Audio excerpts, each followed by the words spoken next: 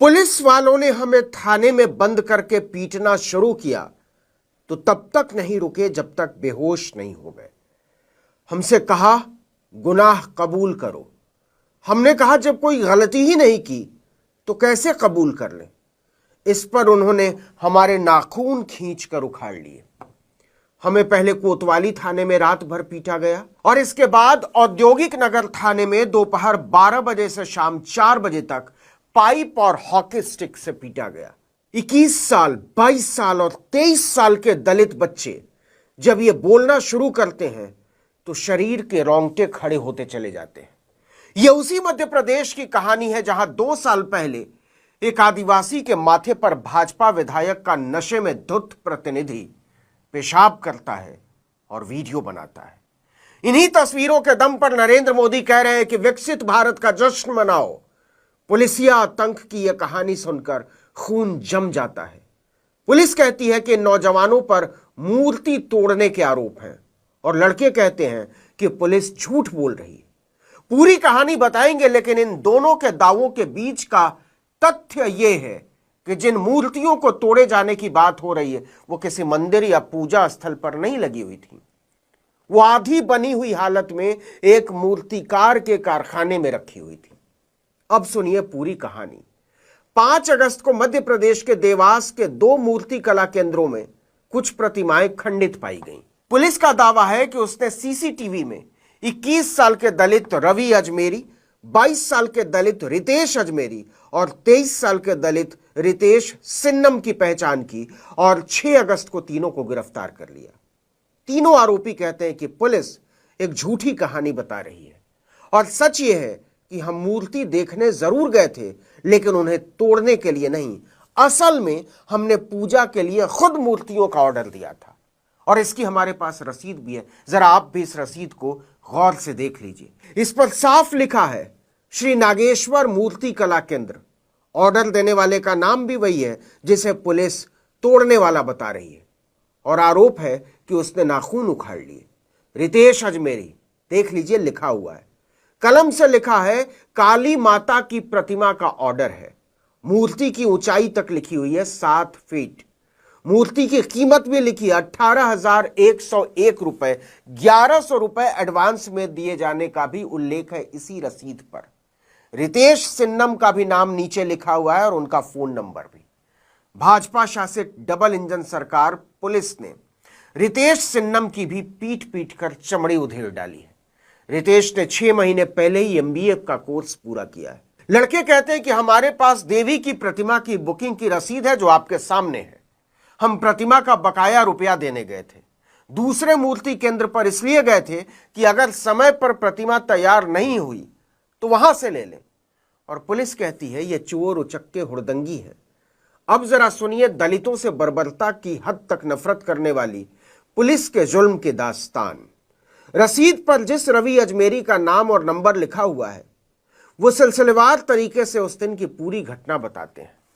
कहते हैं कि 5 अगस्त को हमने महाकाल मोबाइल से फोन का ग्लास लगवाया था। इसके बाद देवी प्रतिमाओं की बुकिंग के पैसे देने बीमा चौराहे स्थित मूर्ति सेंटर गए। वहां कोई नहीं था तो कुछ देर बाहर ही खड़े रहे। फिर कैला देवी रोड पर दूसरे मूर्तिकार के पास गए। वहां सेंटर का गेट बंद था तो वापस आ गए।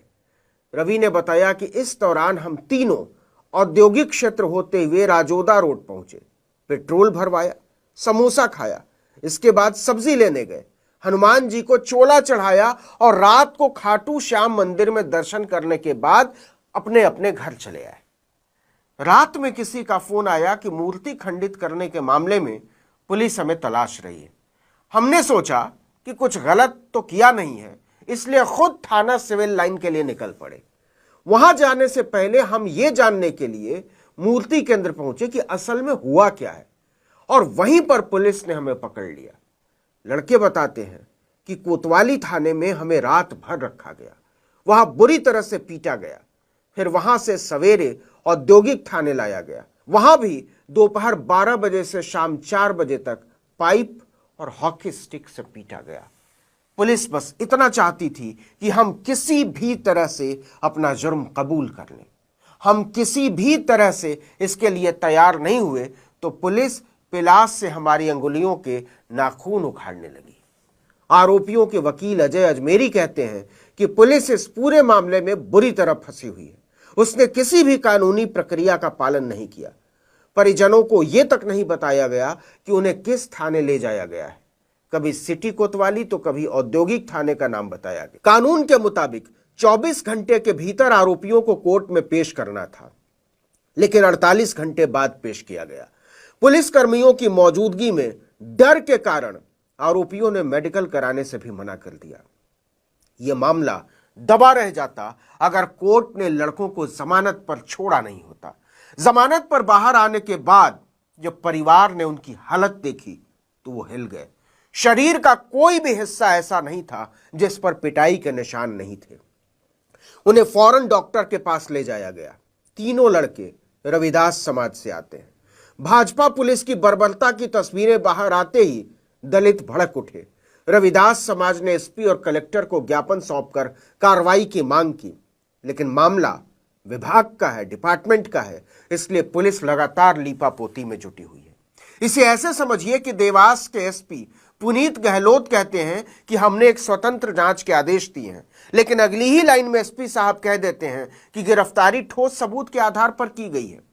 पुलिस ने मामला दर्ज कर 50 से अधिक सीसीटीवी फुटेज खंगाले थे। इसके बाद आरोपियों की पहचान हुई और उन्हें गिरफ्तार किया गया। तो साफ समझ में आ रहा है कि कैसे जांच होगी और क्या रिपोर्ट आएगी। यहां यह बताना जरूरी है कि किसी भी सीसीटीवी फुटेज में मूर्तियों को तोड़े जाने का वीडियो नहीं है।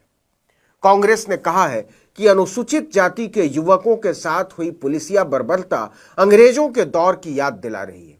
अगर बच्चे निर्दोष हैं तो उन्हें जबरन कबूलनामे के लिए क्यों प्रताड़ित किया जा रहा है।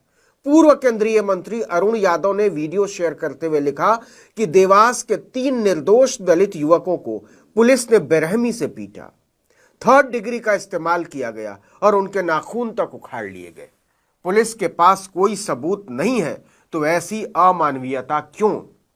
इसके साथ ही अरुण यादव ने मांग की है कि डीजीपी तुरंत दोषी पुलिसकर्मियों को निलंबित करें, एक उच्च स्तरीय जांच स्थापित करें और दलित बच्चों को न्याय दें। कांग्रेस ने डीजीपी से पुलिसकर्मियों को तत्काल ड्यूटी से हटाने की मांग की है। तो कौन कहता है कि जाति खत्म हो गई है?